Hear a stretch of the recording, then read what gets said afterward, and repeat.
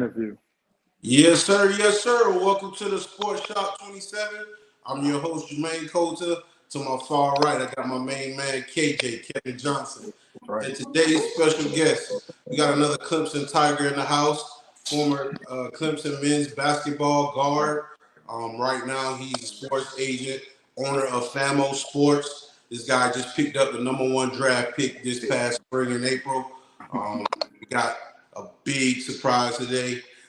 We would like to thank Donnell Bruce for coming on the show today. Right. Thank you. What's Thank up? you, guys. What's up, fellas? What's up, fellas? Love what y'all Much, doing. much. Love what y'all doing. We doing good, man. We're glad to have you on the show. Congratulations. For everybody that don't know you, Donnell, let them know where you're from and a little bit about your background. I'm from a small town in South Carolina called Branchville, South Carolina. I'm Yep. right outside of Columbia, about 45 minutes from Columbia. As KJ, I went to Clemson, so I'm a country boy, man. Just living a big life in the city. Old country boy, though. That's right, man. Hey, so what age you start playing sports, and what sport was your first love? It's funny, man. I started playing football and baseball before I started playing basketball, which is my love. I think I started playing Little League baseball probably in about the fourth grade. Fourth grade? All right. All right. Cool. So you started out in the rec leagues. Who did you look up, and what was the reason you started playing ball? Was it a family member, a cousin, or Pro athlete? uncle, or pro athlete you looked up to? Well, it was a guy, man, and y'all never heard of him because you have to be in the area, but it was a guy named Squirrel. He's about 6'10". He played a lot, honestly, like a Kevin Durant. And I used to see him just, in the neighborhood. And as I got, seventh, eighth grade, I used to ask my parents, like, what happened to him? Why didn't he make it? Because even at the age of probably in his late to middle 30s, he still was good. I mean, he was 6'10", he could put the ball on the floor, he could shoot. And I think seeing that made me realize that, you could have an opportunity, but you have to finish it. It's not about how you start, it's how you finish, because he was getting scholarship offers, the pros was calling for him, and he made a couple bad mistakes and his career was over. So I kind of saw that, and it kind of gave me the mindset to want to play basketball to try to get out of that small town. I understand. Yeah, so you mentioned that you played football. What position did you play? Wide receiver. Wide receiver. KJ, and I was going to the ninth grade. I was probably about 6'2"-ish, 6'3", and I went across the middle, man. They threw me a pass leading me, and y'all football guys know, guy took my legs out from under me. I held on to the ball. That was the last time I played football. I'm like, I'm too skinny. I'm too tall for this, and I stopped playing baseball in my 10th grade year and just kind of concentrated on basketball. Man, nice. All right, cool. So playing, coming from Branchville, what were some of the players that we may know of other than the guy that you spoke about that played basketball there, that you played with in that era? It's funny, man. Really, nobody really made it out. I was the first to really make it out. That in terms of names that you would know, we had a guy named Robert Lee Mack. He was really good. We had a Greg Goldsmith, but those guys never really. I mean, they went to like Claflin and schools like that, so it's never reached your area. It's funny. I was the first person to really make it out. Being a McDonald's All-American nominee and having all the scholarship offers, blessed to finish salutatorian of my high school class. So I was pretty much the one. Larry Davis, he was from a town over from me. He went to us North Carolina. He made it out, but other than that, man, we were the very first two to pretty much make it out of the area. Yeah. So talk about your first season playing high school basketball. How was that? Right away? Yeah. So let me give y'all some context. My place, Branchville, where I'm from, I think the population when I was in high school. Now y'all not gonna believe this. It was like 1,200 people. Yep. Yeah, like we didn't have a stoplight. We had a caution light. So I came from The bottom. really, from the bottom. Yeah. And so I tell my son, I have a 14-year-old son that's he's probably about 6'2" and a half. He's probably about 195. So I tell him, he watched me, when I used to have Andrew Bynum and Trevor Reeves, he was about 4 or 5 years old. And so being that young, and I'll tell you how it happened with me, being that young, being able to see the Lakers win the championship against Dwight Howard, Orlando team, he doesn't really have the fire because it came to him. He's seen so much at such a young age. And so what I tell him, I take him back, KJ, to when I was in high school, sixth, seventh grade, there were guys better than me. I was skinny. I grew to be about 6'3", and got to about the 8th grade. I started getting a little better. 9th grade, I started starting on varsity. And from that, I averaged like 17 points as a freshman. Then I went to 22, 27. Then I went to 31 my senior year. And so I kind of gradually got better, but it didn't just hit for me. I kind of kept working and just got better over time. Oh, that's good. So what was your biggest hurdle when you made your transition from switching sports? You went fully to basketball. Just the basketball to me, and I love football, but basketball to me it's a team sport, but it's more of an individual sport team. It's individual inside the team, and so football you could hide. You could they had me at tight end. I'm in a wide receiver. I may catch or I was getting 2 or 3 attempts. And basketball, if you're in the starting lineup, it's you against the 5 other guys on the other team. So when I learned that it's a team sport, but it's also about what you do as an individual. So it was a mindset change. Okay. Yeah.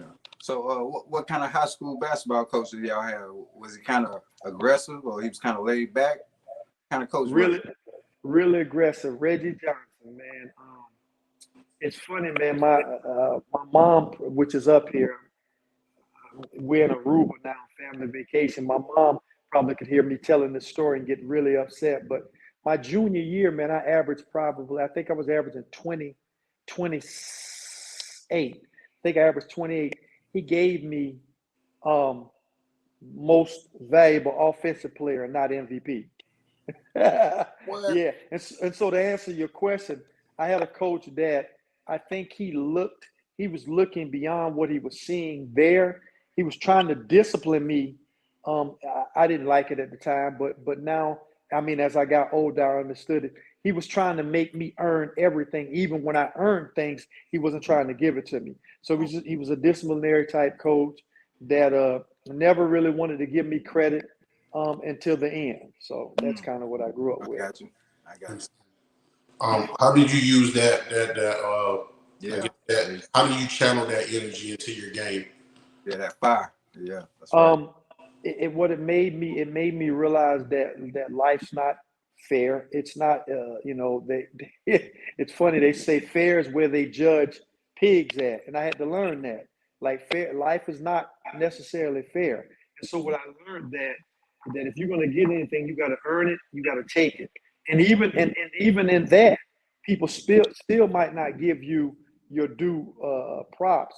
And so I learned to kind of block out what people were saying, and I was playing for the love of the game, not for what people were saying, not for the accolades. Yeah. Hey, so talk a little bit about the rival games and the competition in the area. Woo! Had some really good players, man, in my area. They were older. I can remember being in gyms in towns that y'all probably won't even be familiar with, but like Ellery, South Carolina, and playing in Calhoun County. And when you were scoring as many points as I was scoring there, and remember the high school 3-point line didn't come until 88. I graduated in 87. And so I think back averaging 31 and a half points. I'm thinking, man, because I should shoot from the outside a lot. I was thinking, man, I probably would at least average 35, 36. So so that leads me into the joke. So I used to be, guys that, I would go and thank God I was blessed. I was, at the time I was a good player in the area, had a lot of press behind me. And so I would go to gyms and gyms would sell out. And so I would have older guys. Oh, if I was playing back then, you wouldn't get 30 tonight, Bruce. You wouldn't get 30 tonight. I would shut you down. And so sometimes I would get, I kind of ignored a lot of that, but sometimes it would get, and I would look at them and be like, hey, put the uniform on. And so I grew up around guys that were older than me and guys that, they weren't necessarily getting scholarships, but they were good players in their own. And so some I played against Bear Manning, Joe Rett, some of those guys that went to South Carolina, Mike Glover, South Carolina, and just really tough competition, really tough competition. Okay, cool. So talk about the McDonald's All-American. Did you play in that game? Well, I got into the finalists. I didn't get selected for that, but I played in a couple other All-Star games. One which is the North-South All-Star game. And I actually won MVP of that. And it's funny because they wanted the guys, the 5A schools guys from Columbia to win it, but I had 20-something points in the game, and I won the MVP of that. So that was kind of a highlight to go up to Columbia to play. And they had probably 4 or 5 guys on my team from Columbia, from the bigger schools, the AC Floors and those bigger schools up there. And to be able to win the MVP of that was kind of a highlight at the time. Yeah. Hey, coming out of high school, you chose to go to Clemson. What other schools was looking at you at that time? Being honest, I probably at the time, because I was in the tops in the country in scoring, leading the state obviously of South Carolina, but being salutatorian at that time, you're talking about 87. Those two things didn't necessarily go together. So having really good grades and being a good player, but I had they call them Power Fives. Back then it was just schools. I had pretty much a scholarship offer from pretty much at least 3 or 4 schools in all the Power Fives. One of the schools I almost went to was Purdue, which at the time was really, really good. They've gotten back to be good. My final 5 was Purdue, Auburn, Tennessee, because I was thinking about staying close to home. Actually, South Carolina and Clemson wasn't even in my final 20. And my mom, being at the time, I was single parent home. My mom wanted me to stay close to home, coming from that small town. So I chose Clemson over, those other schools, Ohio State and those other type schools, because it was closer to home. And I liked them more than I liked South Carolina at the time, University of South Carolina. Oh, yeah. Cool. So you get to Clemson, you visit all of the campus, you made your final decision to get to Clemson. Who was the first person who embraced you on campus? Coach, Yeah. a student athlete, or a student, or was it a faculty member? So my junior year, I met a guy by the name of Dale Davis. Played in the NBA for 16 years. Right. We were down at this camp, BC All American camp. At the time, it was called the #1 basketball camp in America. I went there. I made the second team. I felt like at the time it was political. I was coming from a small school. Nobody really knew me, but I got invited because, they did some scouting and found that I was a pretty good player from a really small school. I ended up winning the MVP of the All-Star game there. And at the time, I noticed Dale. Dale, he was 6'8" at the time. He grew to be 6'11", 6'8.5", 6'9". He was in the dunk contest. And we kind of started talking, and, he kind of stayed in contact my senior year. And I went on my visit. He committed to Clemson early. I went on my visit, and he kind of, talked to me. And that with the coaches, staying coming to my house, in the gym, doing all types of stuff, kind of recruiting, because the Clemson wasn't too far up the road. They kind of talked me into coming through my mom. And the first person I guess that I kind of linked up with was Dale, because we stayed in contact from that camp all the way through. So when I got on campus, we became roommates. and everything else kind of went, the way it went. Okay. Yeah. Talk about your first season with the Tigers. How was that? So Clemson experience taught me a lot, man. It made me grow up as a man. So you go back in the archives at Clemson. My freshman year, I was playing really well. I was begin to start, most of the games as a freshman. And it's funny, man, how God sends things in different directions. I was playing against Duke, the Duke team that had Danny Ferry, a young Christian Leitner, a young Grant Hill, that Duke, the Bobby Hurleys, that North Carolina had King Rice, J.R. Reed, those teams. Well, I was playing against Duke, man, and I'd never forget playing, and they were, we still hadn't beat Duke, I don't know how many years at Duke, and we were on them, man. Dale and Eldon, we were on them. It was Eldon was a sophomore, me and Dale were freshmen.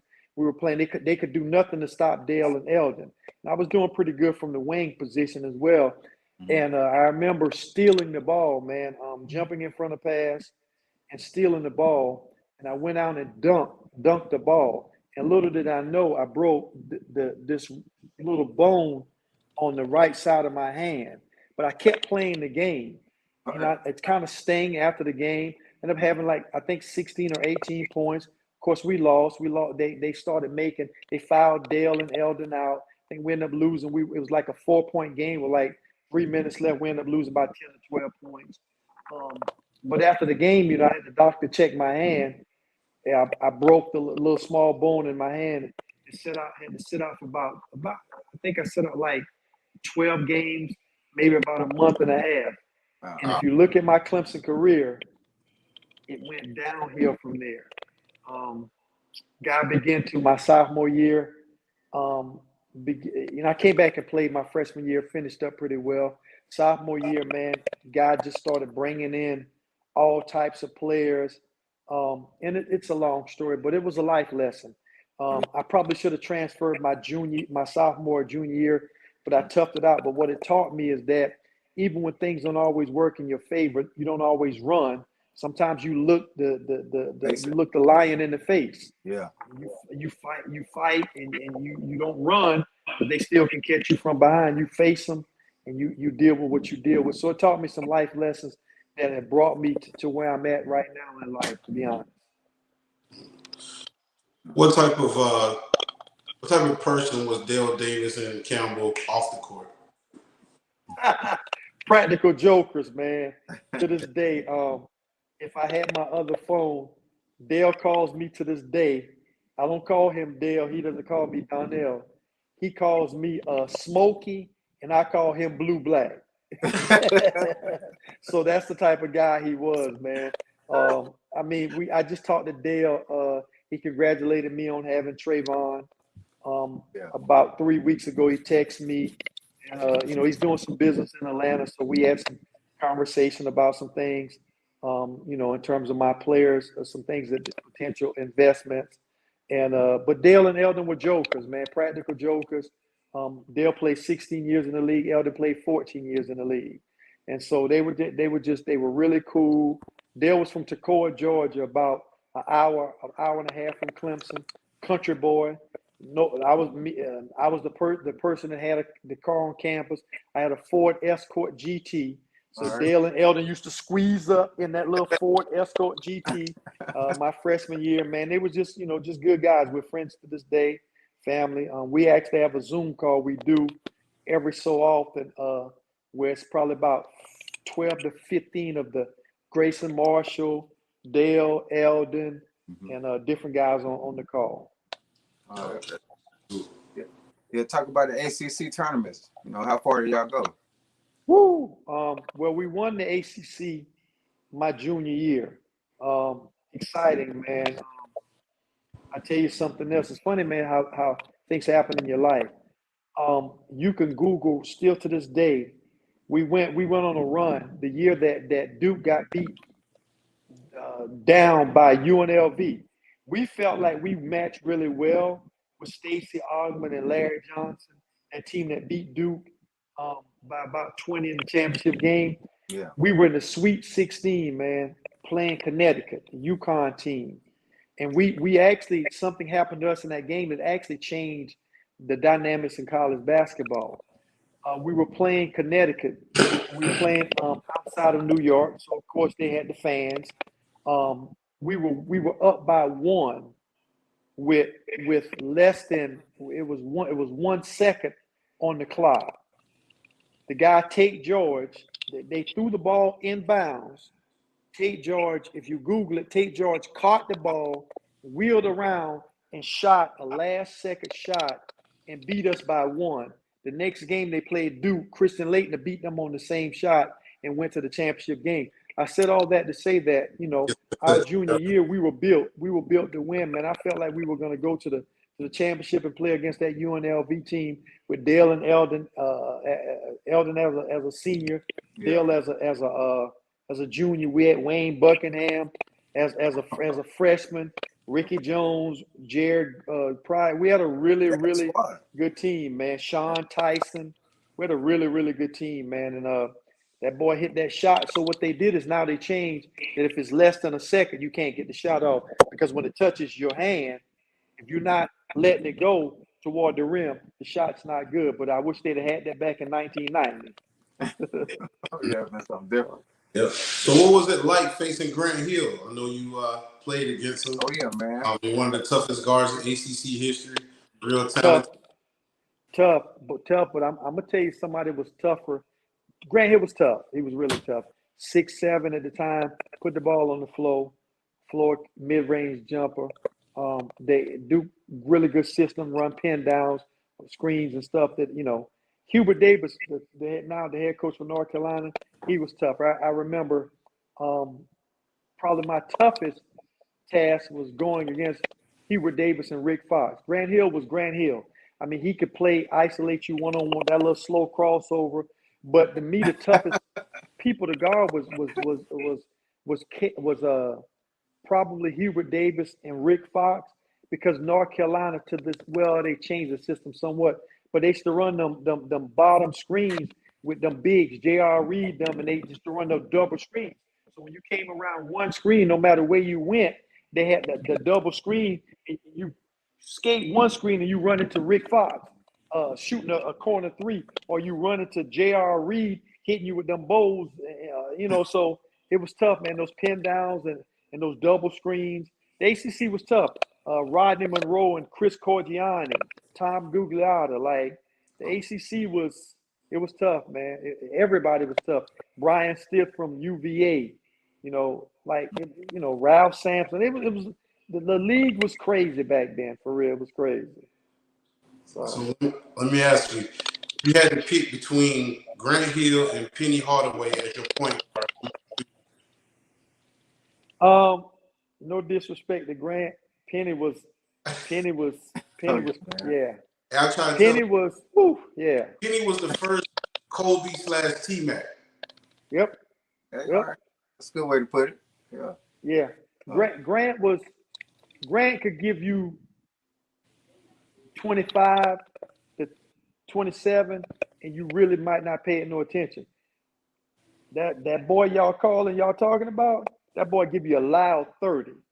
And you knew every one of them, because he crossed you over, shoot the J in your face. He might go down and dunk on the big man and slap him on the butt, laugh at him like he was talented, man. He was him and T-Mac.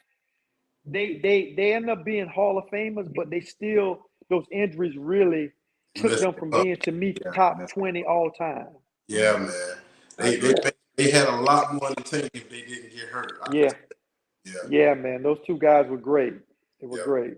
Yeah. So I forget what conference he was in. I know he played for Memphis. Was that Conference USA at the time? Conference USA, I think. Yep. Yep. So that was the era when Shaq was still at LSU. You had Abdul Rahim, his point guard at LSU. Who else was big back then? I know UNLV was the powerhouse, and Duke, North Carolina had a couple guys. Who else was toughest opponents? Don't forget Shaq's running mate Stanley Roberts, our homeboy from Columbia, South Carolina. Okay. Another 7-footer with him. Like Okay. they were ridiculous. But the NC State, like I said, with the three-head monster, Chris Corgiani, Rodney Monroe, and Tom Gugliotta. North Carolina had King Rice at the point guard, which was the #1 point guard in the nation. J.R. Reed, Big Scott. Georgia Tech had Dennis Scott, Kenny Anderson, Yeah. Brian Stitt. Yeah. I talked to Dennis Scott here about a month and a half ago, and he has a son, big, not knee, just like him, going to the 10th grade, about 6'8", probably about 220, shoot it just like him. But yeah, and it's funny, I was telling some of those high school All-Americans, I was showing them on the floor how Dennis Scott got me taken out of game one time. The guy literally, Steph Curry, he shoots the ball from deep. Dennis Scott used to shoot like that in college. Dennis Scott was out so far one time, brothers. Listen, man, he was, when you think about the hash mark, he was a step beyond the hash mark. He literally was probably about, if you took like two steps, he was 2 steps inside of half court. That's what Steph was doing at Davidson. Steph Curry. Yeah, he did that in the NIT versus Carolina down here in 2009, his senior year. It's ridiculous, man. It's ridiculous. D. Scott was so far out, so when he caught the ball, we were playing zone. So I looked at him. I was probably 4 feet from him. I looked at him. I'm like, shoot the ball. I'm saying in my mind, I'm like, shoot the ball, dummy. That's a bad shot. I told him a couple of weeks ago. I said, man, I looked at you. I said, shoot the shot. But the scouting report was when he catch it, crowd and make it put it on the floor. But I'm like, man, the man is at almost half court. Of course, he hit the shot. Coach called timeout, took me out the game. You got to go out on him. I'm like, Coach, he was at half court. It's like the scouting report tells you to go out on him. I'm like, that's a bad shot. Like, who shoots a shot that far out? But Coach Rhett's point was he hits bad shots. He shoots bad shots. And so Kenny Anderson was a bad boy, fellas. New York. Like New York point guard. Quick story about him. We playing, he always had that deep voice. We at Georgia Tech. They had Big Malcolm Mackey, Tom Hammonds, which was scary, and Kenny. Kenny just dribbling the ball, man. He going in between his legs. I'm guarding him. He looking at me. He looking me in my face. He telling me, don't reach. He's just taking the ball between his legs. Don't reach. And so about the third time he took the ball through his legs, he brought the ball up in his left hand and threw the ball past my ear. I heard the ball like, and when I turned around and looked, he was throwing it to a guy under the goal wide open for a dunk. And he looked at me and ran down the court. He was like, I told you, don't reach. I was like, oh my goodness. But the crazy thing about that was he was one of the first persons I seen other than what's the white guy, Pete Maravich, that will be dribbling and take the dribble straight into a pass and throw a bullet pass.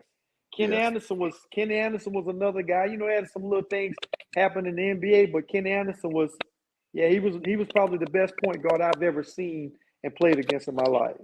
What about Rayford Alston? Skip to my Lou. Funny.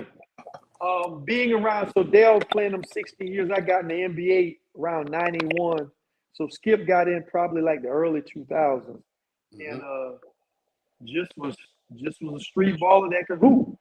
Like, it's funny, after about 3 or 4 years, he stopped. He still had the street game, but he began to be like a really good spot up shooter, could shoot off the dribble. He changed his game. But I'm gonna tell y'all who had street game that turned it into game. Y'all remember Jason Williams, White Chocolate? White Chocolate, of course. Woo! That used to give brothers fits. He's close to Pete Maravich in that in the 90s, late early 2000s. Yeah, man, he was nasty. But yeah, man, like Skip to Malou was nasty, man. New York City point guard, really tough. Could handle the ball. was hope. All of them seemed to do the same thing. We had one on our team, Marion Cash. Like they dribble the ball in front of you because they hoping you reach. Because when you reach, that's when they gonna take advantage of you. That's Yeah. right. So Setting you up. setting you up. Yeah. So you learned a lot from, professional athletes. You learned a lot from the street ball players that came into college. And you played against them all, the best of the best. Right after Clemson, what was next for Donnell Bruce? So after Clemson, man, I kind of left on didn't want to play basketball note because I didn't really play. I played my freshman year a lot. Was one of the top freshmen coming back in the sophomore. Didn't play my sophomore year a lot. Didn't play my junior year a lot. Didn't play into the second half of my senior year. Story too long to go into, but it was just a lot of foolishness. The best thing happened to Clemson was my friendships, getting my college degree in 3.5 years. And so when I came out of college, me and Dale, of course, 4 years, best friends. I came out of college. I started doing. Me and Dale started a record label called War Records. I was the vice president of it. My job was going out finding talent. Hip hop, Going out of hip hop, rap, Right. really rap, hip hop. And so I ended up, we did that from like 93 to probably like 99. that's when Shaq had his first platinum single with Biggie. Yep, we Can't used to Stop do the Rain. we used to do some things around in that time with Shaq. That's another story.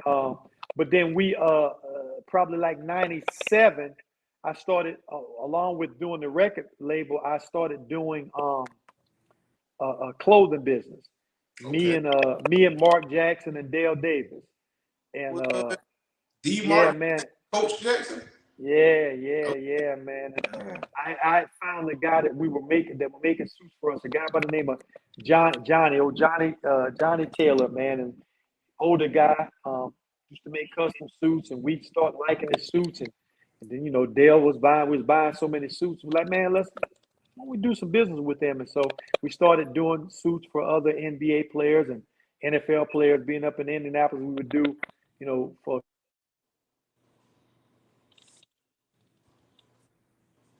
So I did that up until like 2000, and in 2000, man, I started doing sports management.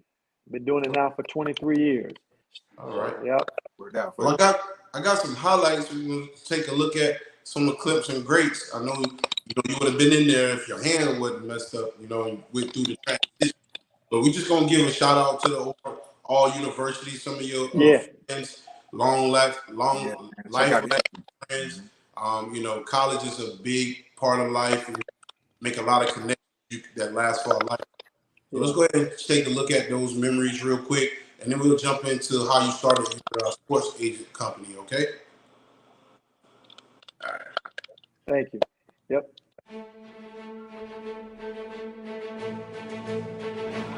Nice.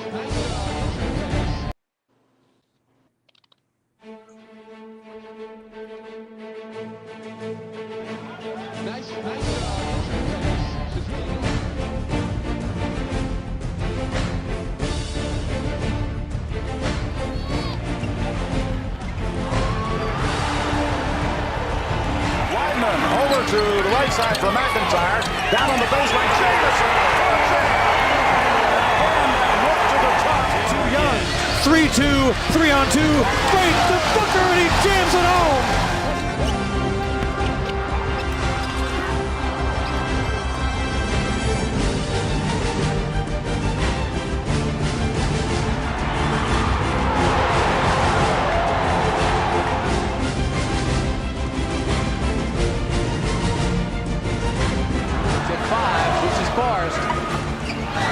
Can't get it to go. Rebound, Davis. Well, I think he's really showing with passing decision. That's Campbell inside.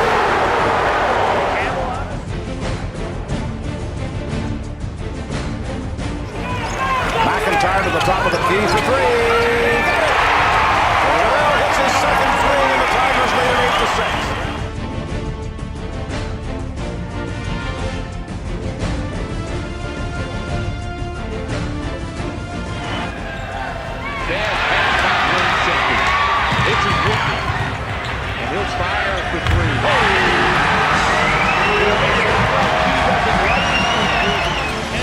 probably will take the shot here with 5:22 feet. The three, boom!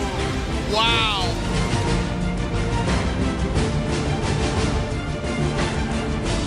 Good.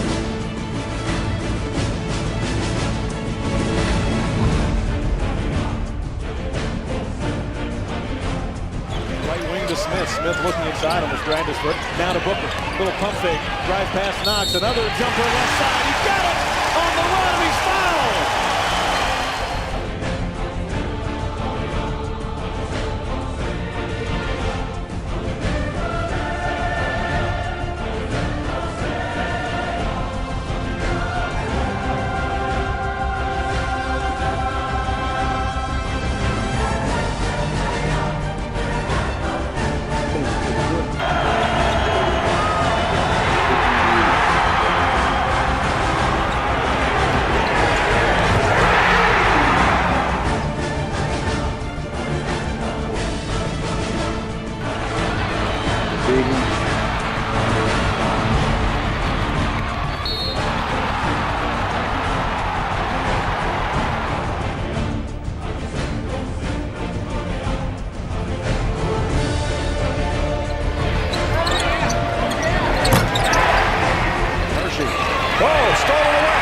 This is McIntyre coming down. 3-on-1. Jameson.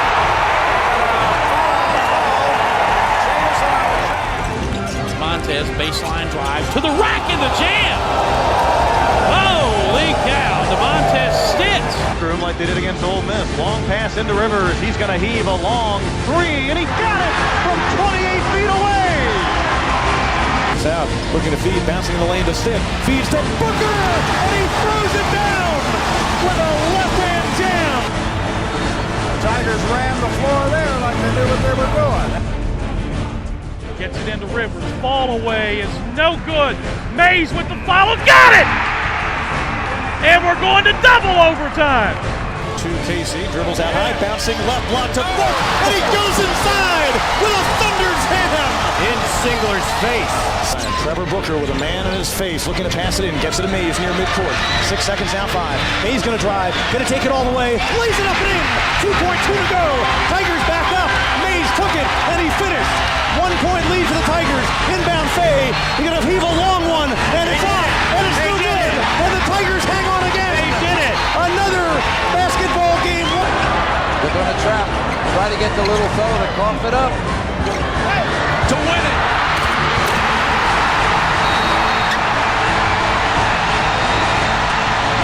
0.6 seconds still on the clock. In there with her like bonnet. Yes, sir. We back. We're back. We're back with Clemson, former men's basketball player Donnell Bruce, owner of Famo Sports. Talk about, how did you start at Famo Sports? Did you take classes to become a sport agent? How did you go into that? So technically, I do just sports management. I'm not actually an agent. But so what happened is I had a marketing degree from Clemson with the minor in management.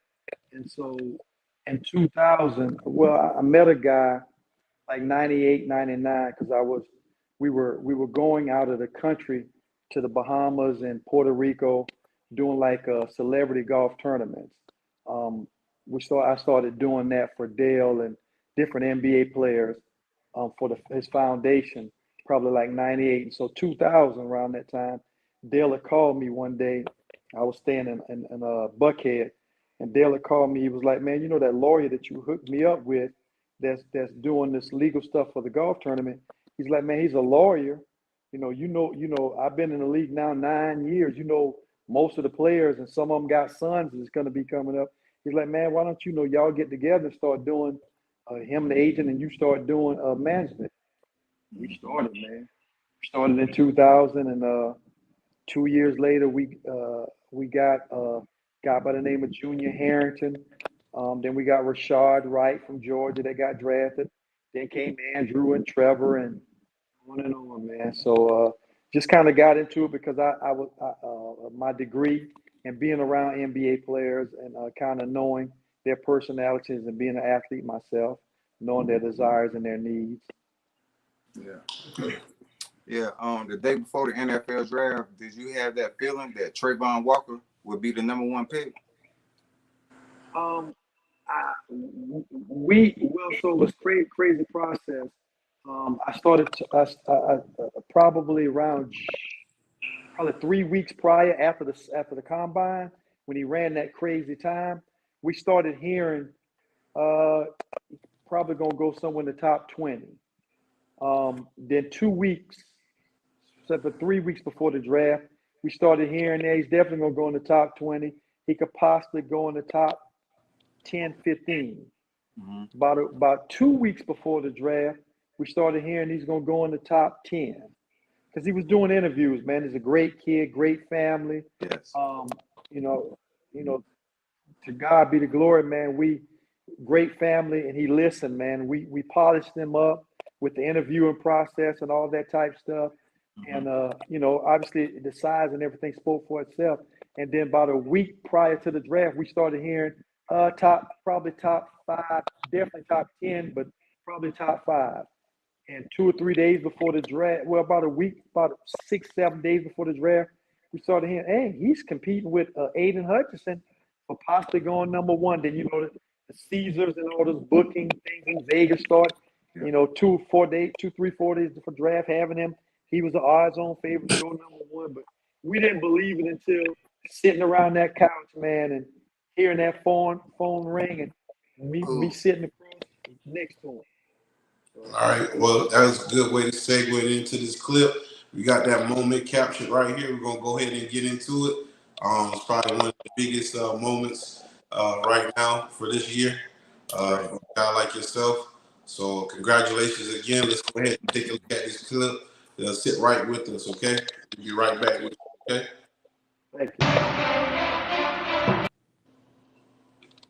We are here with the Walker family, and it is a very big day for this family, the #1 overall pick. And I have to say, you guys seem so cool, calm, and collected. Even when the phone call rang, it was like, yeah, we got this. Why is that?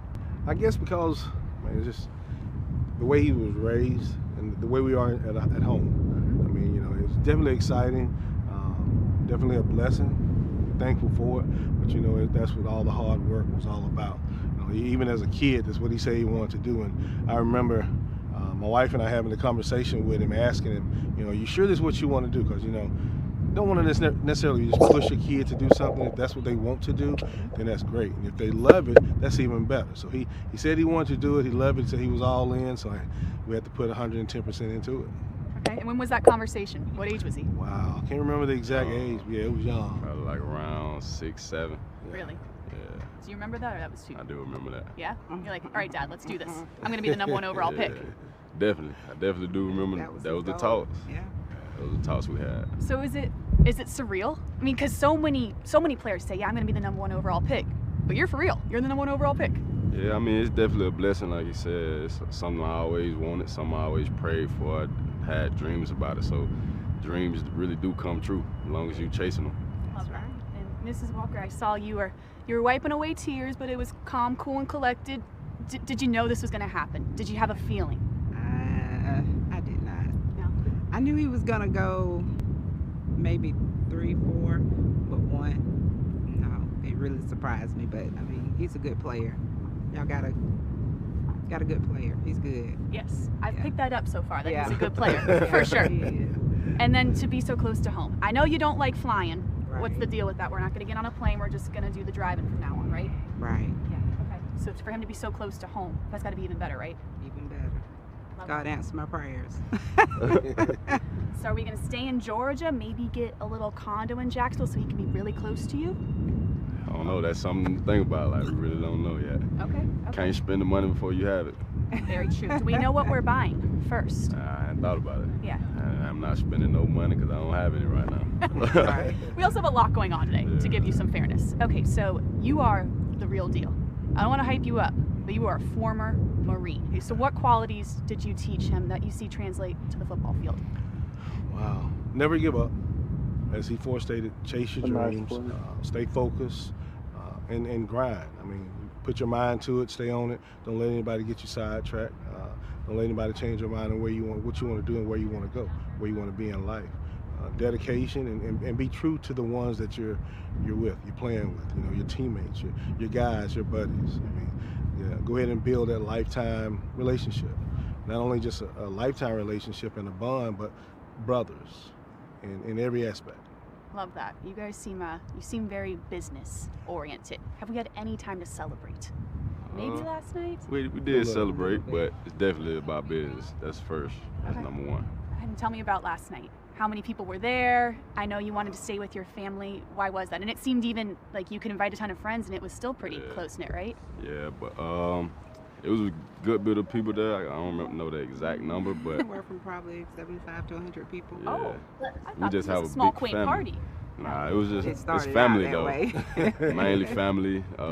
Teammates came, close friends that I grew up with since I was young. So it's like can't get that time back. Something I always remember. So I want to spend it with the people that I feel really care about me and that I really care about. I love that. Well, Walker family, congratulations. We're so happy to have you here in Jacksonville. Glad to be here. Pleasure's Glad to ours. be here.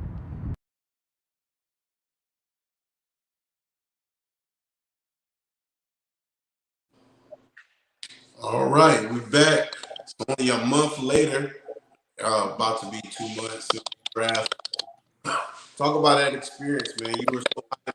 You was almost like your favorite artist came to a concert. You got front row seats from that fist pump. Ooh, man, being in the being in this business, man, you go through highs and lows. But that experience, having the number one pick in the NFL draft, and I love the NBA, but the NFL by far is the most popular sport in the United States. Um, and so having the number one pick in the NFL draft um, was special, man. And I was excited for the kid's family and the kid first, but I also was excited for myself and for my family and for what we were able to achieve. I didn't know at the time, guys, but first minority firm to ever have the number one pick in the NFL history. So that was a blessing, man. And so you could see the excitement, the build up. I was trying to, I was imagining, okay, if the kid goes 2 or 3, that's going to be great. It'll be a blessing. But we were thinking and hoping for number one. So when it actually did happen, man, I kind of lost it for a second. I was just excited. I had a room of family. Yeah, I know, right? I went back to like 91. 91. Yeah, man. It was a great experience, man. A great family. They're from Thomaston, Georgia. Mom and dad, just great people. Trayvon, great person, man. I don't say that because he went number one. I say that because of who they are. So yeah, we'd love to have him on the show one day. Hopefully that's possible, man. We'll definitely make that happen. We'll probably have to schedule something when I get up to Jacksonville. We'll do something. Do you guys ever do tape things? Oh yeah, we do pre-recordings. Pre-recording. Yes, yeah, sir. we'll definitely try to do that during this football season. All right. Yeah, let's do that. Yes, sir. Or maybe even before, because his schedule is kind of up and down. He's actually in Jacksonville right now as we speak. I think he'll be there until the 15th or the 16th. Get a break and then go right back. But yeah, we'll definitely do that. Y'all can book it. All right. Thank you, man. Donnell, you seem like you got the magic, man. Every time you go after something, you achieve, man. Can you tell us the secret? Yeah, pass it on. I don't want to be cliches, and I don't want to be too far left or right. But I honestly, man, it's the blessing from above. It's from God, man. It's all about God. To Him be the glory. To Him first. Doing this for as long as I've been doing this, man, I've learned that some people believe luck. I don't believe in luck. Some people, there's people that got money. That I beat people out this year with money. I beat people out that had relationships with coaching staffs, people that was on the kid since he was 9th and 10th grade, and so I believe it was destined from God for me to win. and I won. And so I have to give God glory, man. It's hard work is one thing, but I believe that when you have favor from above, it takes that hard work and makes it successful. Wow. Yeah. Thank you. So what's next for Donnell, man? What's next for Mr. Donnell Bruce at Famo Sports? You still looking for the next diamond in the rough every day? Every day, man. Every day. I'm on vacation now. I'll be here for. We got here today. I'll be back Monday into the States. When I get back Monday, I got something set up for Tuesday. And gone, man. I've been doing this for the last 20-something years, man. To me, it's honestly, it's family. It's God, family, and this, and everything else kind of fills in. So, all right, yeah. Trying to leave a legacy, fellas. There you go. Right. Hey, so do you have any message for the youth? You might want to follow your footsteps. Well, I'll go back to what I just came off of. Keep God first. That does not mean that you're perfect, because none of us are perfect.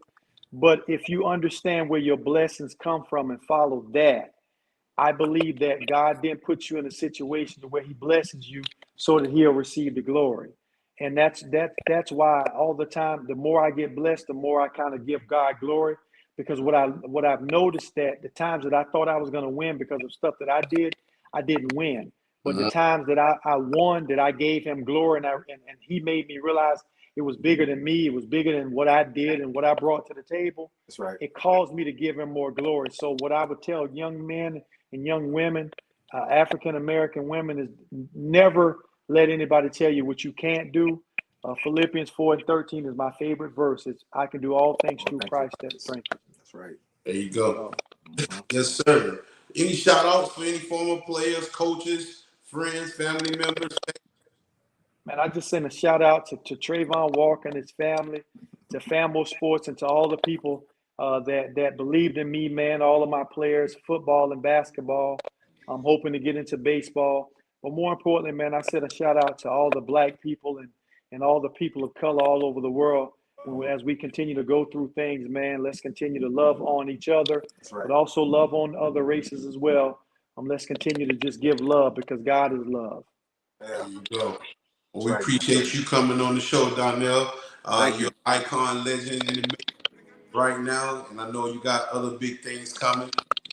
We're glad to have you on the show. We'd love to have you back on with some of your other players or anybody else you manage. Delight and a great conversation tonight. Appreciate you, man. God bless you. No Let problem. me know any way I can help. I'm always willing to help, and like I said, give you guys some guys to talk to.